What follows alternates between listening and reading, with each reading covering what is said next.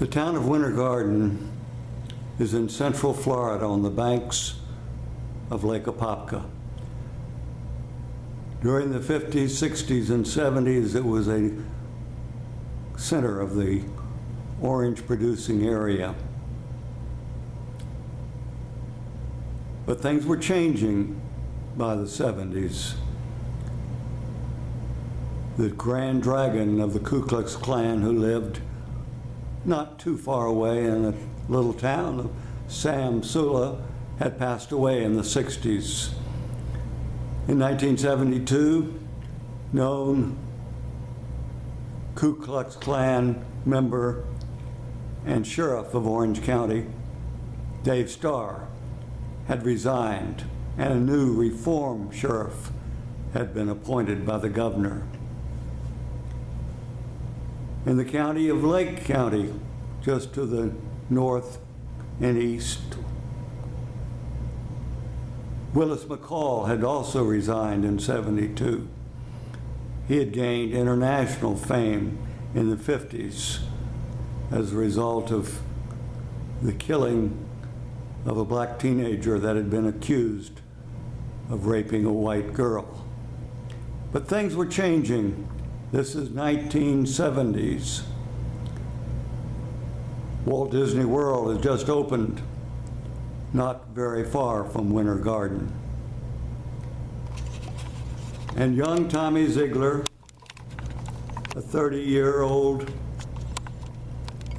business owner who, with his wife and his parents, owned a furniture store in Winter Garden, was also a reformer.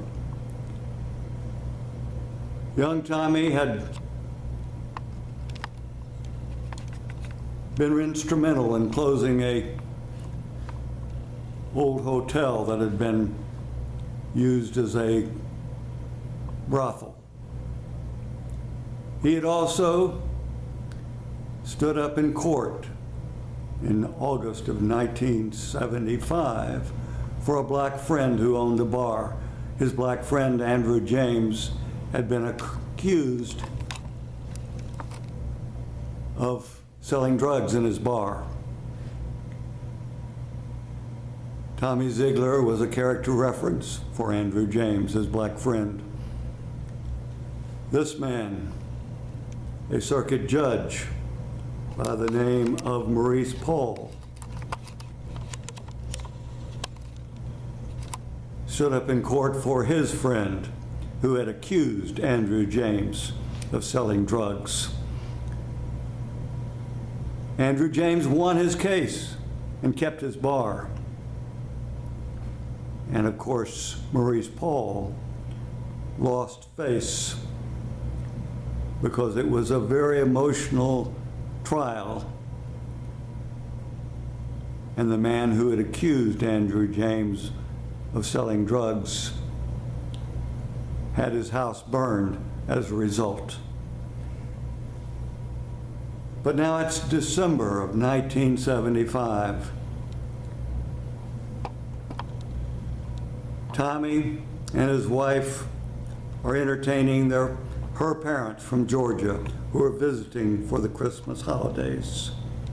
On Christmas Eve, 1975, Eunice took her father, Perry Edwards, and her mother, Virginia Edwards, into their furniture store so that he could pick out a chair for his Christmas present. As they entered the store on Christmas Eve about 7 o'clock,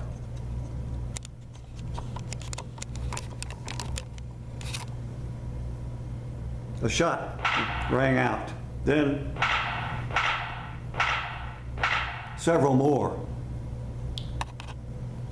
A passerby claimed it sounded like a string of firecrackers going off.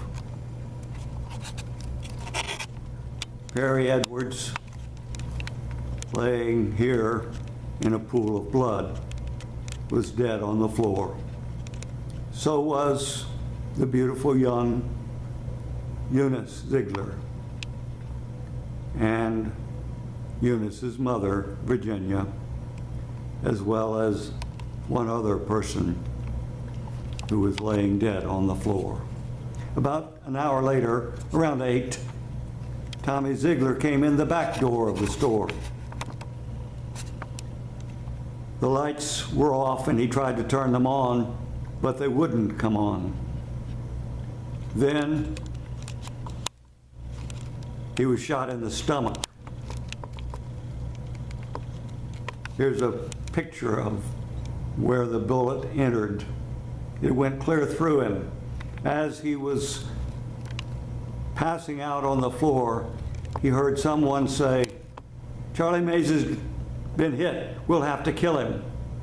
And indeed, Charlie Mays was dead on the floor too, along with Perry and Virginia Edwards and Tommy's wife, Eunice. When Tommy came to, he called the police, who rushed to the store and took him to the hospital. And only 4 days later, he was arrested while still in the hospital recovering from that near fatal wound. 6 months after that, this man, Robert Egan, and this man who should have recused himself, Maurice Paul, arranged for his trial to go to Jacksonville, where he was convicted because of this man's lies and this man,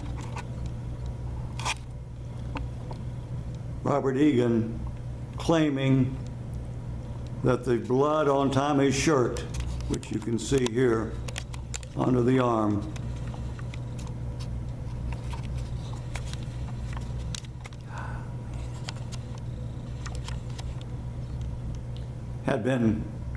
had gotten there as a result of him holding his father-in-law in a headlock while they beat him over the head. 30 years later, in 2004, DNA evidence proved that that blood was not Perry Edwards, that it was in fact the blood of Charlie Mays, as Tommy had always said it must have been. Not only that, Charlie Mays had Perry Edwards' blood soaked into his pants. The trial, or I should say the hearing, was held before this man, Judge Whitehead. Jeff Ashton of Ashley Madison fame was this attorney who prosecuted him.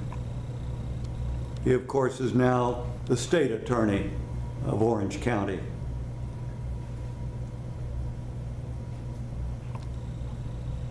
Jeff Ashton lied and told the judge that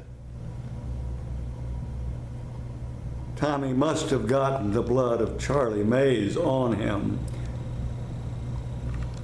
by conducting a sex act on Charlie Mays' dead body after he killed him. And Judge Whitehead apparently bought it and refused to give Tommy a new trial or to set him free. Now it's 10 years after that, and another request is pending before this same Judge Whitehead, who had a marital conflict, but that he failed to reveal. Nonetheless, he still has the case, and I'm begging you to send an email to Pam Bondi, the Attorney General. There's her email address, and to Judge Whitehead, the judge in the case, just tell them "Free Tommy." They'll know what you mean. Complete information can be found at my website, freetommyz.com. Tommy Zeigler has already served 40 years on death row. He will die in prison unless someone acts today to release him from his nightmare of 40 years.